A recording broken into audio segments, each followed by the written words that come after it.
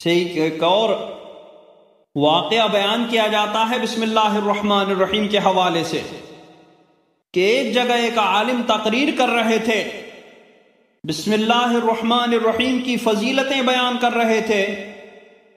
اس جگہ سے بالکل قریب ایک گھر تھا جس میں ایک یہودی رہتا تھا، اس کی ایک لڑکی تھی۔ وہ لڑکی اس عالم کی تقریر کو غور سے سننے لگی اور سننے کے بعد اس نے اس پر عمل کرنا شروع کر دیا۔ ہر کام سے پہلے بسم اللہ الرحمن الرحیم پڑھنا شروع کیا اور اس کی عادت بنائی۔ اس کے باپ یہودی کو یہ بات بالکل پسند نہیں آئی۔ وہ کسی یہودی حاکم کے پاس کام کرتا تھا، اس کے دربار میں رہتا تھا۔ اس نے پہلے تو اپنی لڑکی کو منع کیا کہ بیٹی یہ عادت مت بناؤ، لیکن لڑکی نہیں مانی۔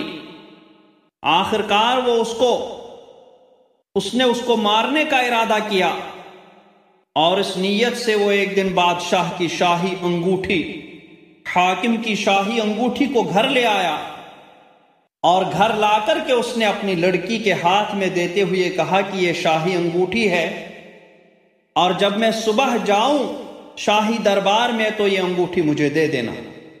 اس لڑکی نے وہ انگوٹھی لی، بسم اللہ الرحمن الرحیم پڑھی اور بسم اللہ الرحمن الرحیم پڑھ کر اس کو جیب میں رکھا۔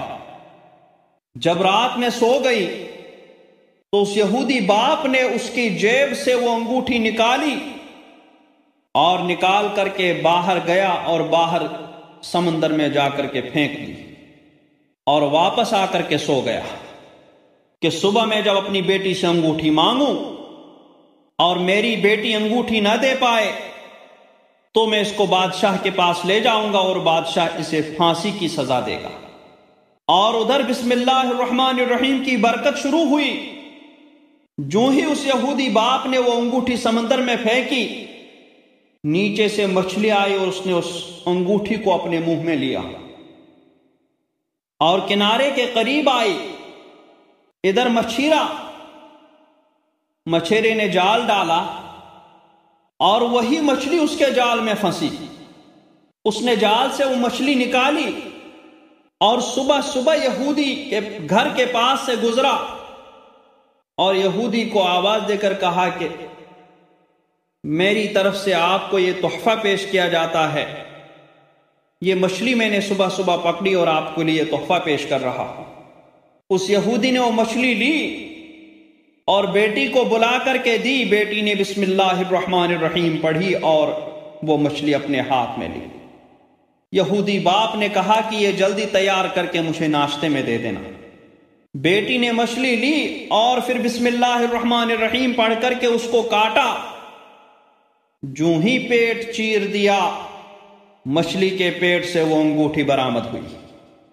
بچی حیران تو ہوئی، اس نے پھر بسم اللہ الرحمن الرحیم پڑھ کر کے اس انگوٹھی کو لیا اور بسم اللہ الرحمن الرحیم پڑھ کر اپنی جیب میں رکھا اور مچھلی پکا کر کے اپنے باپ کو دی۔